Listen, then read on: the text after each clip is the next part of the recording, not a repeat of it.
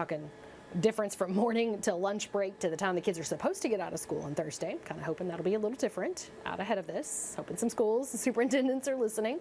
Afternoon to evening hours, that'll continue to change rapidly on the roads. Snowfall will continue through the evening and overnight, but it actually becomes spotty. And that's when we can switch gears to a first alert for an extended freeze on Friday. So again, that was just kind of a quick summary. I'm Chief Meteorologist Heather Haley here again in the WBLT newsroom. Wanted to break down while we have snow still on the ground for many of you, obviously some more than others. Unfortunately, some are still without power. I've been chatting with folks on my Facebook page throughout the morning. I know some of you are still dealing with some issues there, especially in parts of Blount and Sevier County. I'm actually pulling up the WBLT Facebook page right now. So if you have any questions, feel free to ask. I'll kind of follow along here, try to respond to those questions, even if it means I kind of jump around in my graphics for you. But I want to definitely make it to where I can answer your question. So let's go right back to my graphics so I can kind of show you what we're talking about. Again, with that first alert, what we're monitoring here is that snowfall to move in, and then of course the freezing to continue.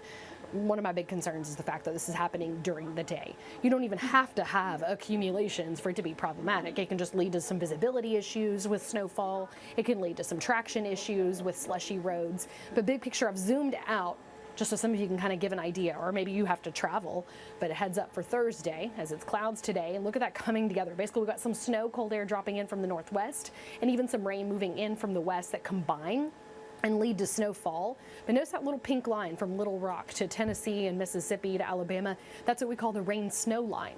So I added that first alert originally because this rain-snow line was already further south and earlier in the day.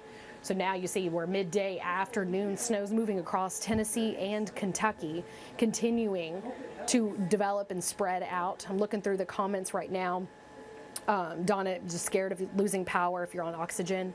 Absolutely, that's a really good point. A lot of us just think about heat, but that is a very good point if you're on oxygen. Pamela, you're asking about Claiborne County. A lot of folks will just say, what about my town? What about my town? I got you covered, I promise.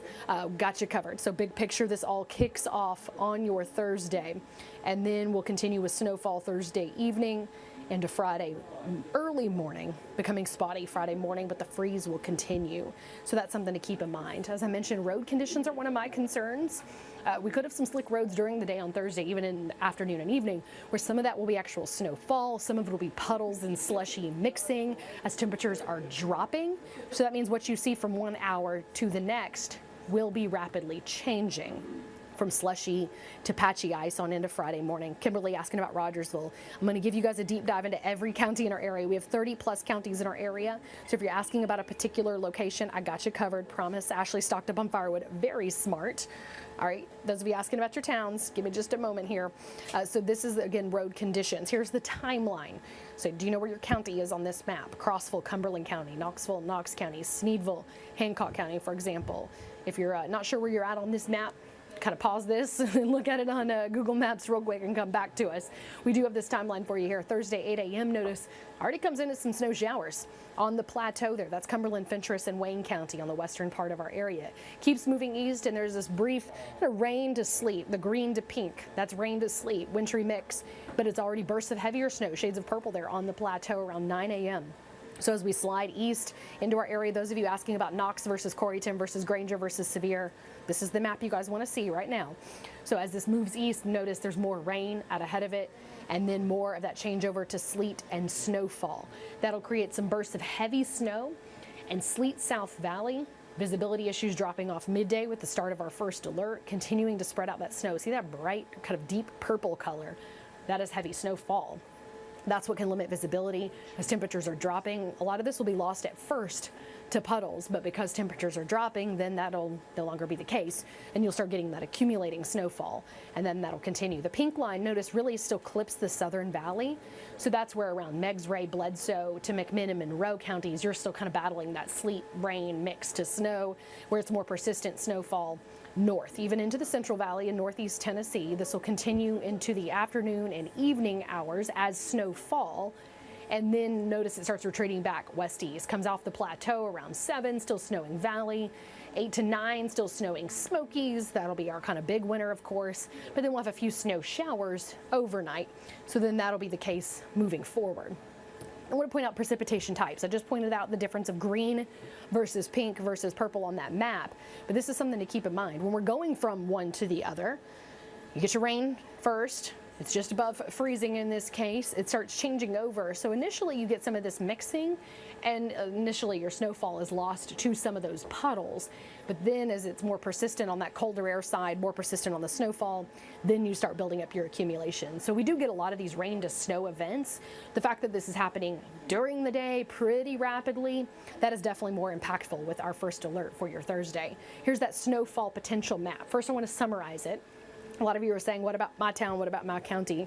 Got you covered here. We're going to go into a deep dive. Chris asking, how many inches of snow are you anticipating? That varies greatly in our 30-plus counties, so I promise you I'm going to show you a close look. Lighter south because of that mixing I just showed you on the timeline. Heavier north, especially into the northern plateau, Tennessee, Kentucky line, and then, of course, the Smokies.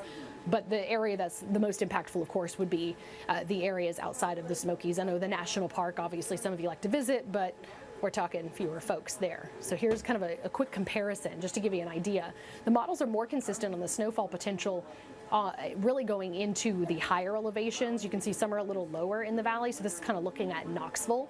Some are a little bit higher, and that's where it kind of goes up and down. Now the plateau, good agreement here on that heavier snowfall potential. That's because it comes in as snow, and it pretty well stays snow. So that's where you can see that lower snowfall potential in that southwest corner of our area, the southern plateau, the southern valley, central valley then steps up. So this is a summary map of our snowfall potential, noon Thursday through early Friday. Now really some of that snowfall already be on the plateau Thursday morning. Our first alert starts at noon Thursday because that's when it becomes widespread and temperatures are dropping. So you can see that changeover 1 to 2 snowfall. Central Valley and Northeast, some of that initially lost to those puddles because of that changeover. You get the more consistent 2 to 3 and really 2 to 4 even on the North Plateau to southeastern Kentucky, since you can get all snow. Smokies, similar case. We're at 4 to 6 inches easily. Wouldn't be surprised if there's another 10 at Mount LeConte this time. But again, that's isolated to affecting the one guy holding down the fort up there at the lodge. Here's kind of another vantage point on that snowfall potential. Chuck, thank you for your kind words. Just saying thank you. I'm monitoring your questions if you guys have any. Absolutely. So here, let me zoom in. This is a kind of a different way to look at this. We always do a forecast where you live. If you haven't watched WVLT News, this is something we always do for you because I grew up around here. All right, I know how different it can be from one side of town to the other. My husband and I joke he's from South Knoxville originally, and I'm from West Knoxville originally. Oh, you can have some differences that close. So let me zoom in and show you what we're talking about. Notice this choppy kind of trace to a 1/2 inch in areas like McMinn and Monroe and Meigs and Ray counties. Then it gets up into this 1 to 2 inch range in parts of Loudoun and Blount and Roane into Knox, and then the lower elevations of Sevier. That's another example of that snowfall. And again, some of this lost to puddles at first. All snow, northern plateau, or you get some higher amounts, and you actually get to keep most of this. So you've got a better shot at actually finding 3 to 4 inches easily on the grass, especially there from Clark Range to Jamestown. Notice some of these bright purples. That's your isolated snow bands that could set up and spike up snowfall. Mapping into the terrain, there's higher elevations in the northwest corner of Anderson County, for example, up and down mountains in Campbell County. So I'm trying to take this into account with this custom snow forecast where you live, showing you some of those bigger spikes of 2 to 3 to even some 4-inch snowfall potential in northeast Tennessee, southeastern Kentucky. There's some pretty good mountains spiking up around Black Mountain in Harlan County, for example, and that's why you see some of that heavier snowfall potential. A couple of the snow bands want to set up across far northeast Tennessee. Notice it tapers off as you come up out of the valley, I-40, I-81 split. That's where you're getting some of that lower snowfall because of that mixing on the front end. And then, of course, the Smoky Mountains hogging it. That's where you get that 6 to 10 plus. See that little pink dot there into the Smokies, tops of Sevier County. That's your, your Mount LeConte, your Newfound Gap that are 6,000 feet up and can collect easily closer to 10 inches. Okay, so Jacqueline, you're saying Seymour and Kodak are never on the map. I always try to plot cities that people are very familiar with. You're very close to Sevierville. Okay, so you're right there on that line. Seymour and Kodak are right on the Knox-Sevier County line. So if your guys are ever unsure, that's why. I try to pick the cities that I know people are very familiar with. Most of the time I'll show the county seats, for example. So that's why I map it the way I do. But I'm trying to feature at least one town in every single county in our area so that everyone can find their forecast. So just something very important to keep in mind. For example, when we talk about this mixing, some of you will get those puddles and then you start getting the accumulation on trees. But I think midday to evening on Thursday, that's where we'll start getting some of that snowball fight potential here. So just trying to have some fun when it comes down to it. But I know there are some concerns, especially when it comes down to those impacts. Like I said, this is that brief rain, Southern Valley, so mapping that snowfall potential again for you one more time, but highlighting the timeline and what you need to know. Thursday morning, remember, brief rain to mixed. Conditions will be changing midday to afternoon through the evening. So I just don't want you to think, oh, the roads were fine an hour ago and you go back out. That could be very, very different. That's why I'm hoping some superintendents are paying attention to this forecast. Beverly, you asked about Wares Valley. I just did a close look at that snowfall map. Patty, you're asking about Lenore City. When I'm done with this, you guys will be able to back up the video as well. I know while I'm live, it's harder to back up. So just give us a few minutes here and we'll walk through this for you again. So that way you can take a close look at your town. Again, just to summarize those concerns, use caution. We're talking slick roads from the puddles to limited visibility while the heavier bands of snow are developing, but then those changing conditions where it goes to a little slushy, or honestly potentially patchy ice by Friday morning. So this is focused on the wintry weather changeover during the day on Thursday. But like I said, we could easily have patchy ice on the roads by Friday because our first alert continues on Friday because of the extended freeze. Look at this comparison here. Wednesday, seasonable high, cloudy and breezy. Thursday, high 36, midday. First alert, again, that changeover from rain to snow. Then you get the extended freeze. We'll be in the teens Friday morning, high only 30 on Friday, back to teens Friday night. So again, a first alert weather day Thursday and then another one on Friday. A lot of you are asking about certain towns, certain counties. Again, once I get off here, you can kind of back that up and pause it.